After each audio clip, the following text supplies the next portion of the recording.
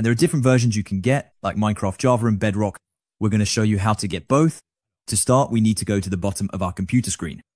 There, we can click on search, and you need to type Microsoft Store like this. Click on it, and it will open. Next, what you need to do is go to the top, click on the search bar, and type Minecraft, and there we go. Now, Minecraft is a paid game, so you can click on it here, and you'll see that it costs 24.99 in my currency. This might be different for you, so you can click here and buy it. However, if you already own it, you can press back, and we can actually just go look for the Minecraft launcher, click on it like this. Next, we can press install, choose the location, then press install again. Wait for the download and installation to finish. It's important to note that you need to have a Microsoft account, which you created when you first bought Minecraft or logged into. So we can press play here.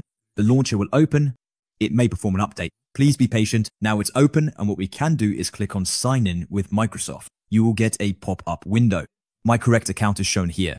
If this isn't the right account, click on another account or sign into the one where you have Minecraft. We can click on Let's Go. In the launcher on the left, you can select Java or Bedrock. We can click on Install, then on Install again. Once it's done, the play button will appear, which we can click. Otherwise, we can select Java and we can play here. Here we are. The game is now launched and we can start playing Minecraft.